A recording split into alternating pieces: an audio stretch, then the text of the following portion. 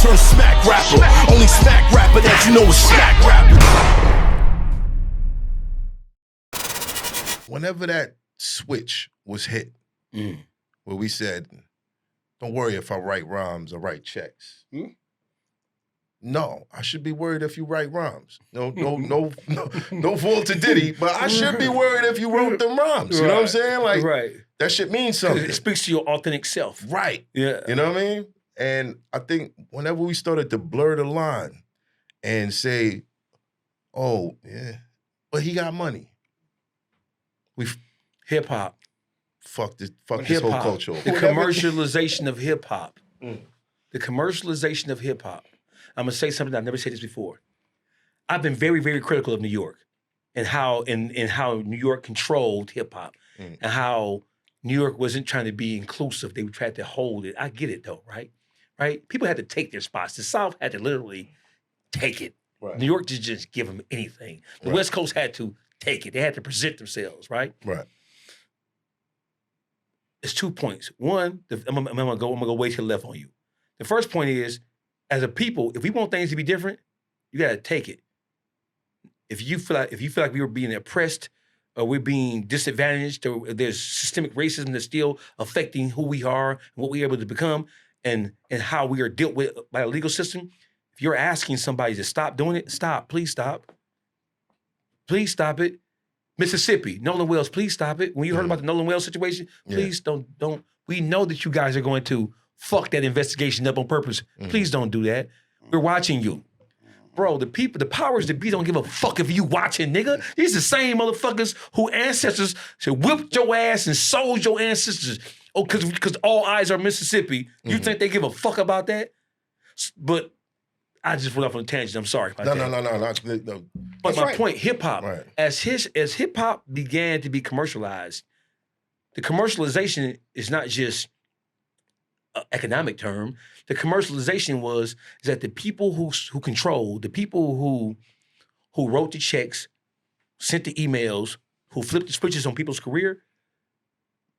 That's when, because as hip hop goes, so does the greater culture, if we have one. Right. Some people say we don't have culture. Just for the purposes of this conversation, let's say we do.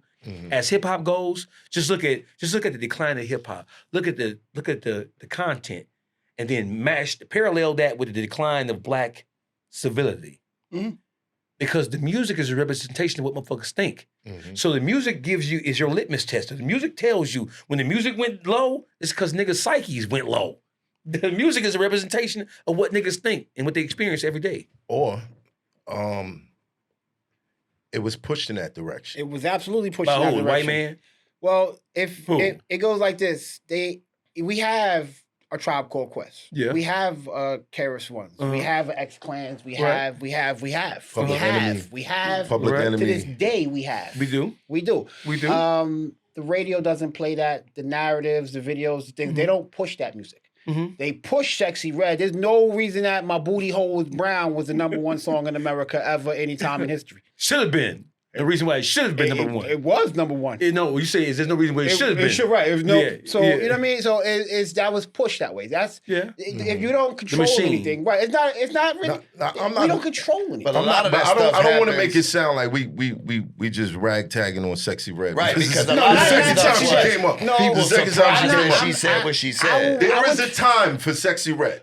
When? After 12? After 12. Sexy Red it up. He You know what I'm saying? Grandma out. Get that Sexy Red popping. No, listen. After 12, but hold on. But I like Sexy Red though. I'm not gonna lie to you. I like her. I don't have a problem with that song. You from Philly? No, it's not. I You just from Philly? You like all manners of wretchedness. Hold on, let me land this point.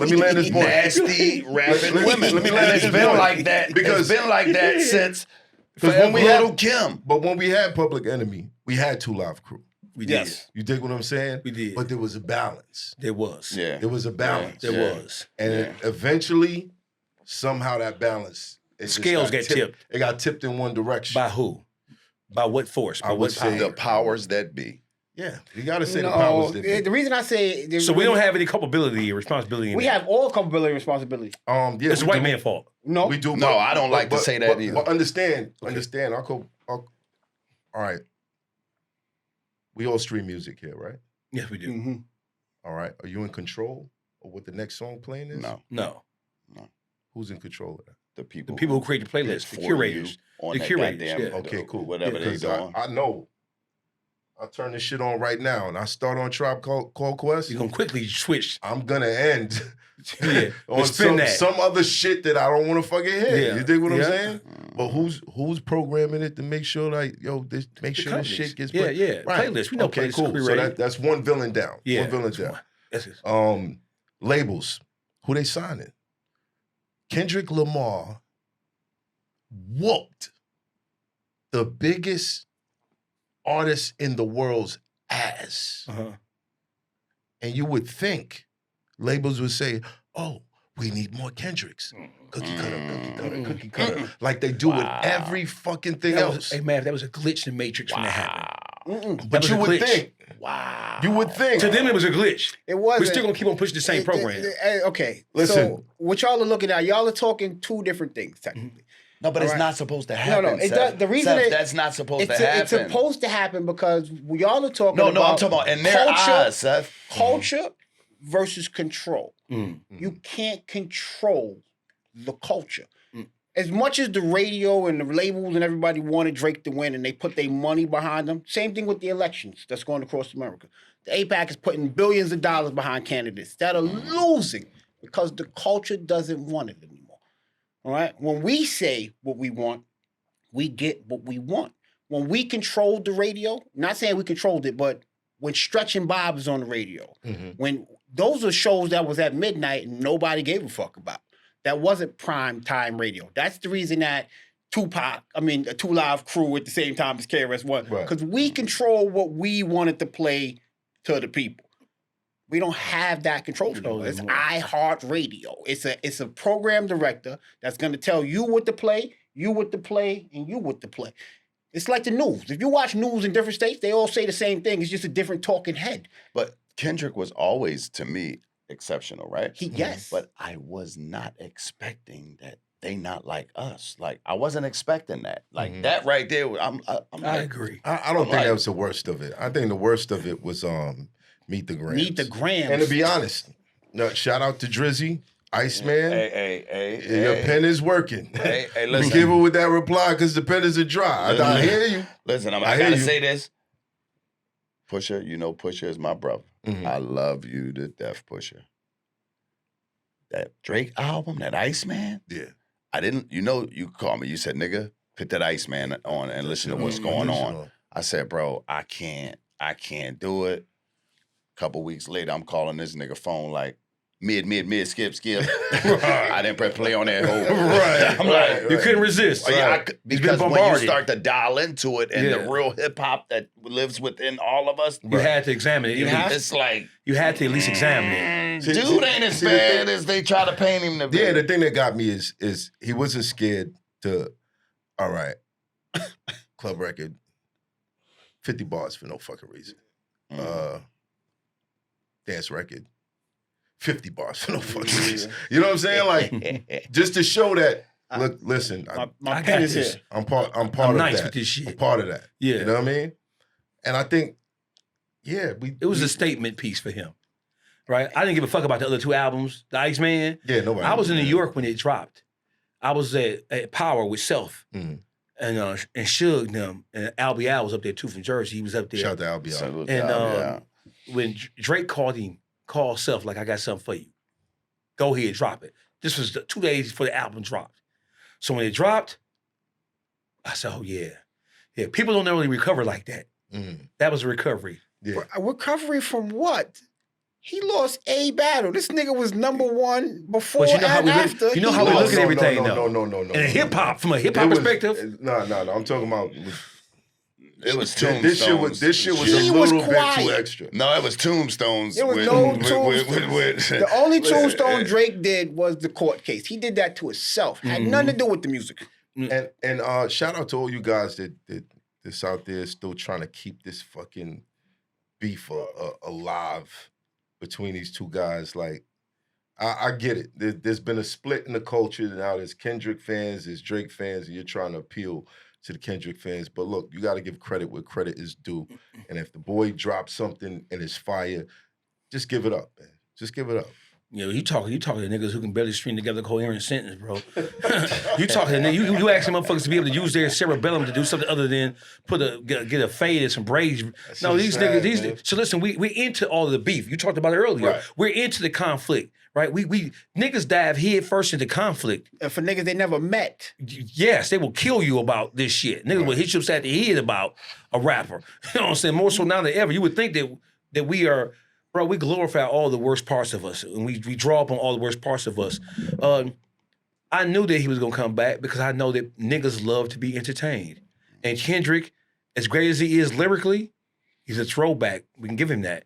But when it comes to being, he would never, bitches gonna bring Drake back from the dead.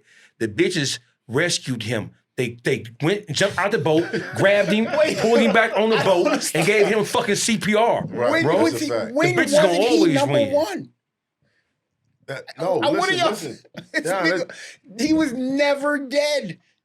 From a no, hip-hop that's- purist perspective. From was a never- purist perspective. Yeah, he lost. From a Listen. purist perspective, Drake lost when niggas found out that 98 niggas is on the credits as writers. That's when he lost. But see, listen, Niggas still ain't give a fuck. That's not a hip hop purist though, because I know, I'm an old motherfucker. I know Herbie Love Bug and Big Daddy Kane. wrote all that shit for Kid Play and Salt and all Pepper. that shit. Biz Markie, all Right? that. I know yeah. that. I know that Run didn't write that motherfucking thing. That was DMC. I know that.